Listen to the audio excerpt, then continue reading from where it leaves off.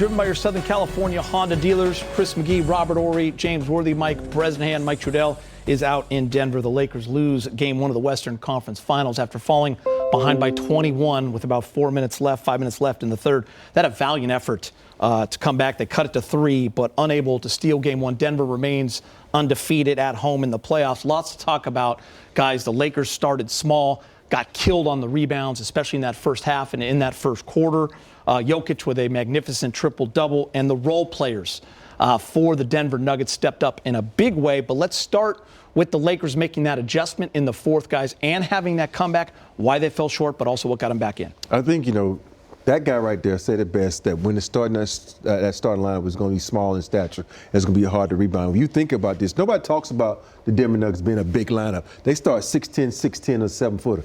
That's a big line, and Jamal Murray's a big guard. And the way they play, they always have you moving, and they allow Jokic to push you under the basket, which allows him to tip balls out. We know how high Gordon can jump. He's a good rebounder. You got KCP and Murray who get back to the elbows to grab rebounds. So that's one of the key things that killed them in the first half. You think about it, Jokic almost had a triple-double in the first quarter. Yeah.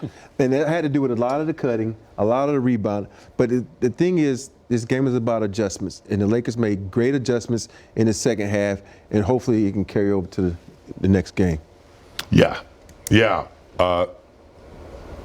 Denver had 36 rebounds to Lakers 13 in the first half.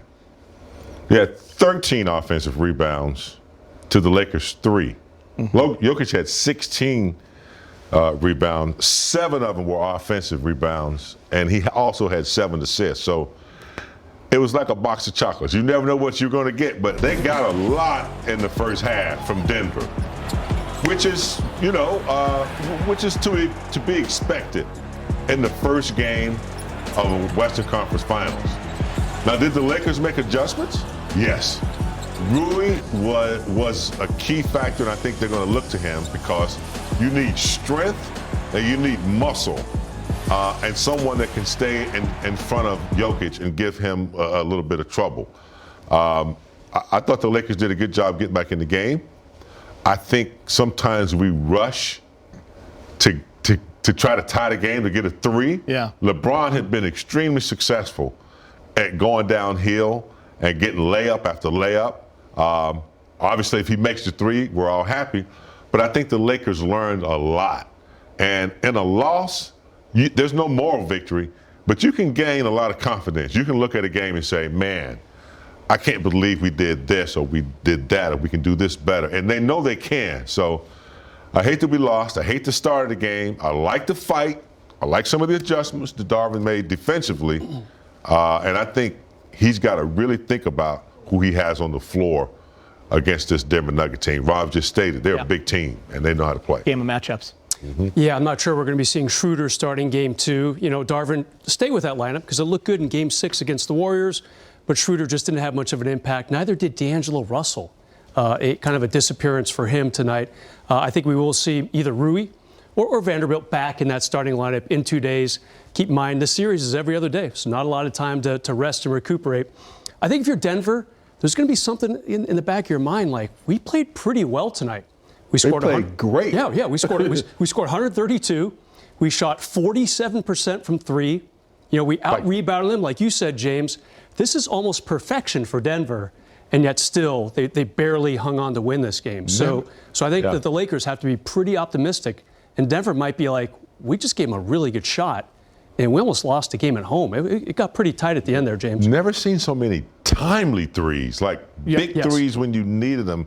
And I don't think they're that good of a shooting team. I think the Lakers orthodox threes. Got Michael Porter Jr. one in the corner, leaves in his face, but that's the matchup, 6'10" over 6. Yeah, the Jokic 3 at the end of the third. Every time they needed one, it's like they were timely. And listen, that's why they're the number 1 seed. That's why a lot of people consider them the best team in the NBA during the regular season.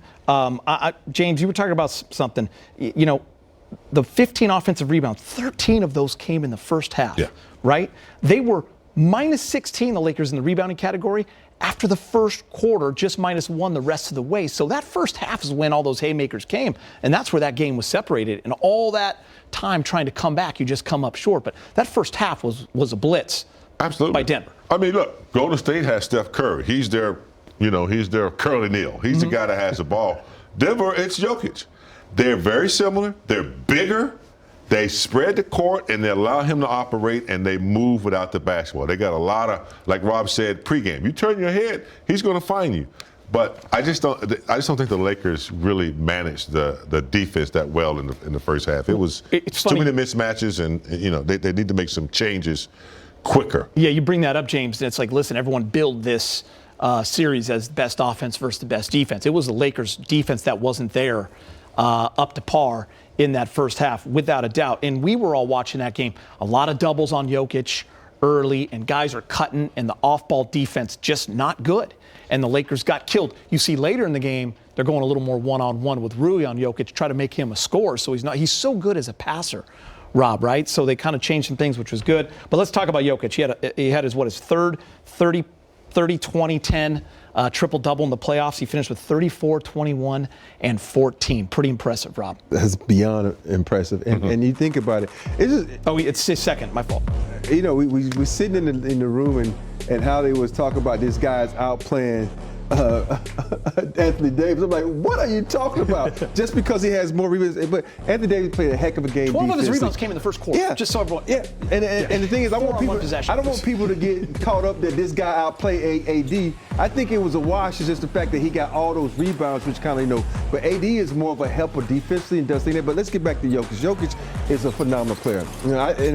I think this year he got snubbed on the MVP because they didn't want to give it to him 3 years in a row, whatever it may be. But this guy right there, you talk about MVPs. You take him off this Denver team. Denver's a play-in team, and for him to go out and keep his team in discipline, because he held the ball, he tried to get everybody involved when he was being double teamed, and the guys kind of got scared on him. You notice down the stretch, they started fumbling out of bounds. But this guy is just, you can't say enough about him. And I don't want to praise another guy on another team, but the guy's damn good. Yeah. He can pass, he can shoot, like you say, he's a big Magic Johnson, and he makes everybody around him better, and that's what you want out of a teammate. You praise greatness. I don't care if he's a teammate of yours or not. This guy is unique. We haven't seen anything like him. And the thing about Jokic is, like great players, you try to adjust from, game to game.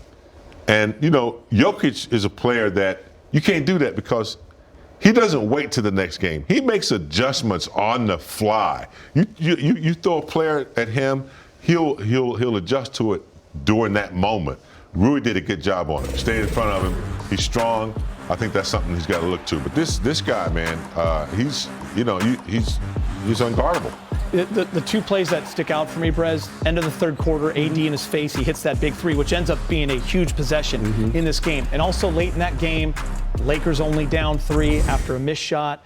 He's the one who has the ball. He's patient, not looking for the home run, does what he does, gets fouled, makes both free throws. That's game.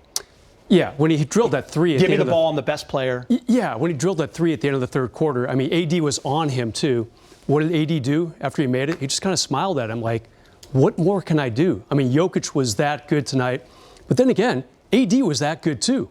And it will get lost in the shuffle of the Lakers' big comeback, almost win, Jokic amazing, Murray amazing. AD had 40 points. And 10 rebounds and 6 stocks. I want to And they know, lost. Right? I want to know this, Brez. Who does the stats? Is the home team that does the stats? Home team. Yeah. Because they're cheating AD. They said AD only had 2 blocks I know, tonight. but the broadcasters knew that he had the. And it's so wrong. So I'm thinking his rebounds are some John Stockton assists, and so they're giving him stats now, because we go by this, and I am so confused with his stats because they're giving him tips as rebounds. So I think they need to look at some. It's interesting because AD, toward the broadcast, he had 3 blocks. It was 3 that we all counted. About that. We were talking about the whole game because the stats kept saying And it 2. says but he it was only definitely has 3. Yeah, he had 2 6 blocks. stocks total. There's a couple missing. Yeah. Yeah, it's. He had a great game. He had a great game. But all right, let's hear what mad Darvin Ham about thinks. this. He's with Mike Trudell in the media, and I love Rob Fired Up.